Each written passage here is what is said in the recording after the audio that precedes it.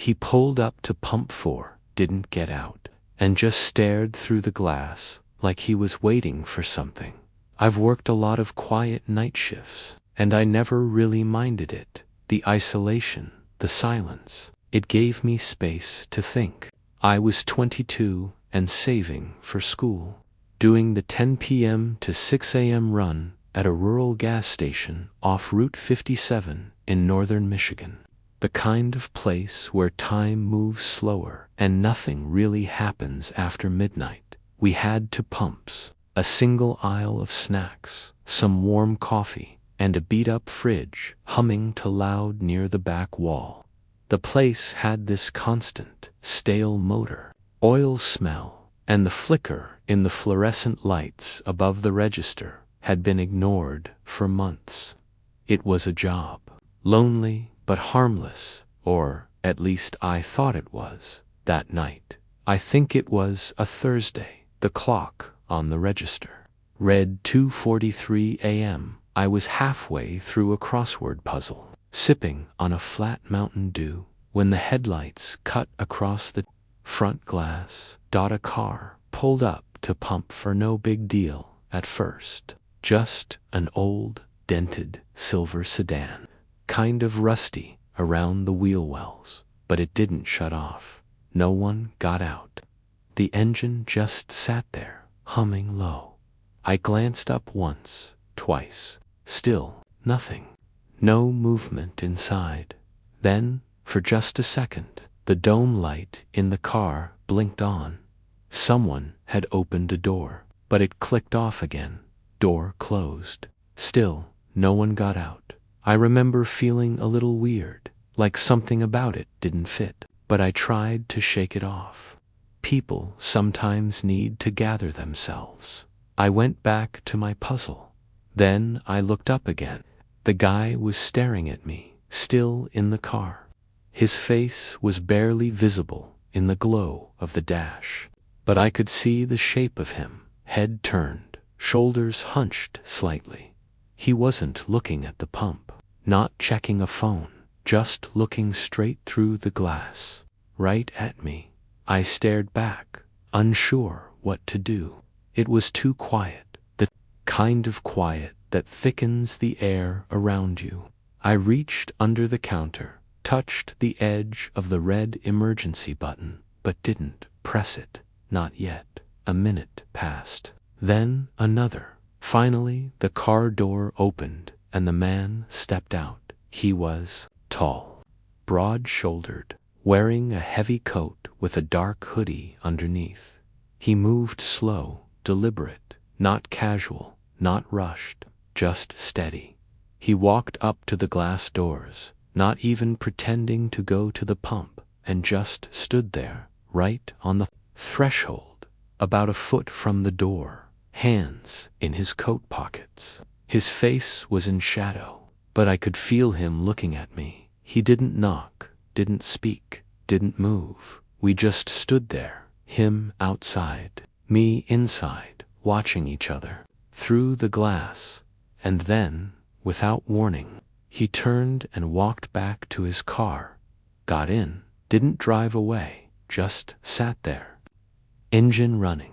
I went over to the monitor and pulled up the external camera feed. Something immediately jumped out. His license plate was completely covered in duct tape.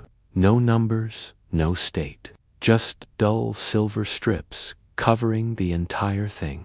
My stomach dropped. 10 minutes passed, then 15. I kept watching him from the corner of my eye, pretending to organize cups, wiping the counter. He didn't move. That's when the door handle jiggled.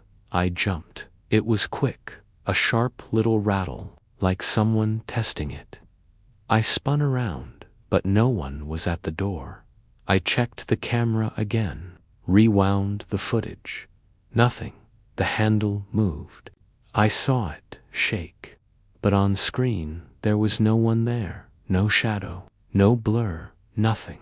I was trying to make sense of that when I caught movement on camera 3, the rear feed. The man was back, walking behind the building, just outside the line. of the floodlight. Not fast, not stumbling, just slow and quiet, like he knew where he was going. I grabbed the store keys, sprinted to the back, and slammed the deadbolt shut. That's when I heard the gravel crunching, right outside the wall. Each footstep, slow, steady, maybe 10 feet away. I backed up until I hit the far shelf of cleaning supplies, my chest tight, my breath coming short. I didn't yell, I didn't run. I just reached out and hit the emergency button beneath the register. 15 minutes passed before I saw red and blue lights flash across the front lot. I ran outside before the officer had even stepped out of the cruiser. My hands were shaking. As I tried to explain what happened, he walked the perimeter, checked the lot, the pumps, the rear of the building. The car was gone. No tire marks, no footprints, no trace of anyone being there. I told him about the duct tape on the plate, the jiggling handle, the footsteps. He wrote it all down, nodded, said he'd file a report. He didn't seem rattled. Maybe just thought I was overworked or spooked by nothing. But the next day, the very next afternoon, my manager called Mallory. She said the cops came back. They found something in the dumpster. I stood there, holding the phone in my kitchen, dread crawling up my spine. What was it? I asked. She paused. Zip ties, a pair of gloves, and a rag, soaked in something chemical. I think it was chloroform. I didn't say anything for a while. I don't remember what I did after I hung up, but I know I emailed my resignation that same night. I haven't worked another night shift since, and sometimes, not often, but sometimes, I still wonder what would have happened if I hadn't locked that back door in time, because whoever he was, he didn't come to buy gas. When I went to check the walk-in fridge, the lock was already turned from the inside. I'm not a cashier. I'm a mechanic, or at least I was, before work started drying up. These days, I take what I can get. A buddy of mine named Chris works night shifts at a gas station just outside Marfa, Texas. Remote stretch of road, maybe 2 or 3 cars every hour. Last week, he texted me, "Wanna cover a night? Easy money, midnight to 6. I asked no questions. It's cash. That was enough. So that's how I ended up sitting behind a dusty register in the middle of nowhere, under flickering fluorescent lights, surrounded by rows of stale chips and generic brand soda. It was early October, warm during the day, but the nights cut cold out here. Still, it was quiet. Don't let anyone hang out in the lot too long, and keep the back cooler locked when you're not using it." I laughed. Why? He just shrugged. "Just do it, trust me." At about 1:30 a.m., a family stopped in. Mom, dad, kid looked like they'd been driving for hours. The kid picked out some gummy worms. Dad paid cash. They left taillights fading into the black. That was the last customer I saw. I went back to zoning out behind the register. Silence fell again. The buzzing from the ceiling lights started to sound louder than it should. I was scrolling through a busted news app on my phone when I heard it, a faint clink, like glass tapping against glass. It came from the cooler. At first, I ignored it. Probably just a bottle shifting from when I restocked earlier. But then, another sound. A soft, wet drag like something sliding across metal. I stood, stretched, walked to the back. The cooler was built like a walk-in, big enough to hold 3 people. Aluminum floor, thick door with a heavy steel latch on the outside. From the inside, I stood there a moment, staring, wondering if maybe I hadn't closed it all the way earlier. Then I gripped the handle, swung the door open, and hit the switch to the inside light. Empty.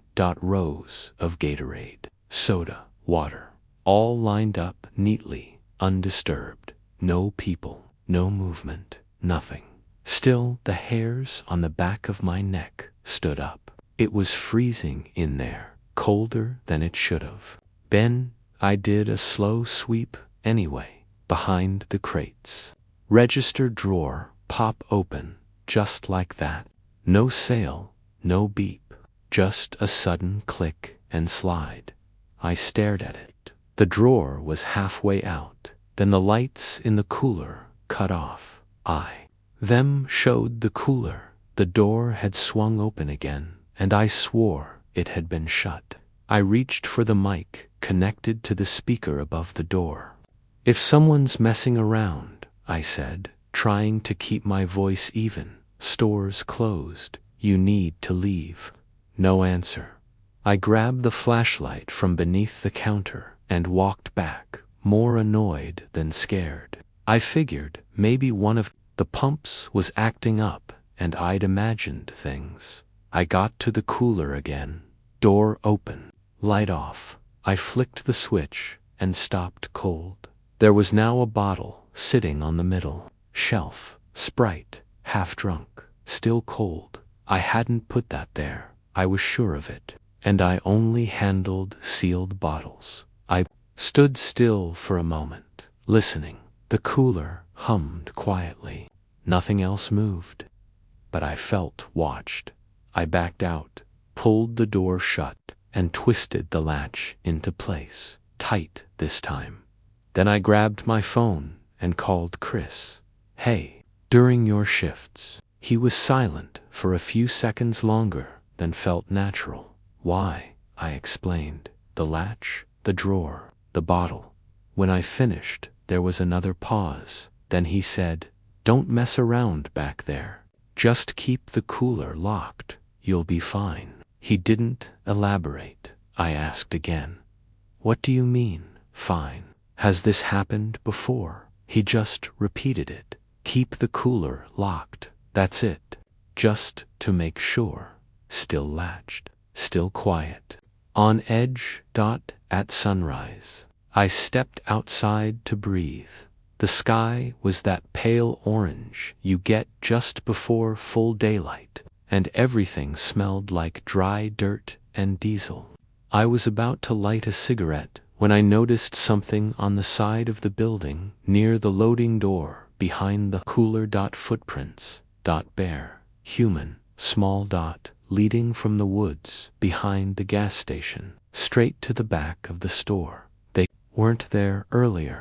That's when I decided I'm not coming back. I locked up. The number was from the store's main line, but the message had no words, just a photo. A photo of me standing inside the cooler, taken from behind. Night, about how still everything seemed, and I wonder. He wasn't on the cameras when he came in, but I saw him with my own eyes. I've worked graveyard shifts for 15 years. Same gas station, same patch of highway, same hum of fluorescent lights and buzzing coolers behind me. Mile marker 62, a little stop wedged between two hills, surrounded by pines and fog most nights. I'm not exaggerating. The mist gets so thick sometimes you can barely see the edge of the lot from the window. Most nights are slow. A couple truckers topping off, some locals grabbing cigarettes, and every once in a while a twitchy drifter buying lighter fluid and jerky. You get used to the quiet. You grow to like it. Some people need background noise to sleep. I need silence to stay awake. It was a Sunday morning, 3:10 a.m., give or take a minute.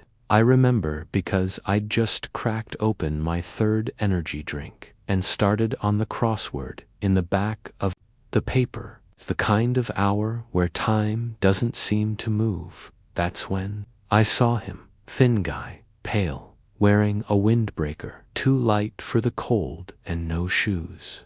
Just walked in like he belonged there. No nod, no glance, no hesitation. Straight down aisle 3, where we keep the oil and socket wrenches. Didn't even hear the chime above the door, but I saw him. I glanced down to scratch out a wrong answer in the crossword. Reno, not Elko. Then looked back up. Aisle 3 was empty, gone. No footsteps, no door chime, no engine revving in the lot. At first, I thought maybe he was crouched down or turned into aisle 4. I walked out from behind the counter. Nothing. I did a full loop of the store, checked the coffee station, even peeked behind the ice machine. Nothing. I wasn't scared. Not yet. More confused than anything. Thought maybe I was overtired and imagined it.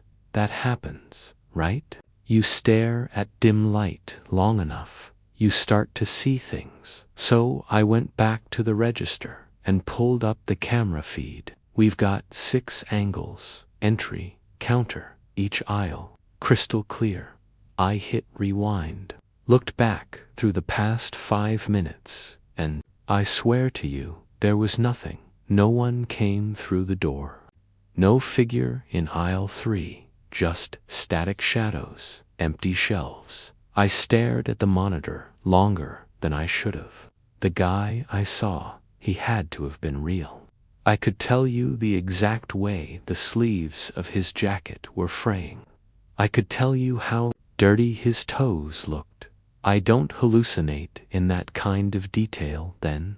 I heard a bang from the back, not like something falling off a shelf. Deeper, heavier, something metallic. The storage room. I hesitated for a second, then grabbed the baseball bat we keep under the counter. It's old and chipped, but solid. We've never had to use it. Still, it felt good to have something in my hand. The storage room was colder than the rest of the store. A little musty, too, like old paper and oil. There's a toolkit back there. Big red steel one, heavy as hell. Barely moves without effort. It was tipped over, drawers open, some tools spilled onto the concrete. Sitting right beside it was a receipt. I picked it up without thinking. It was stamped 3:07 a.m., 3 minutes. Before the guy walked in. Name on it, D. Kane. And that's when it hit me. I remembered that name. It wasn't just the weirdness of the night playing tricks.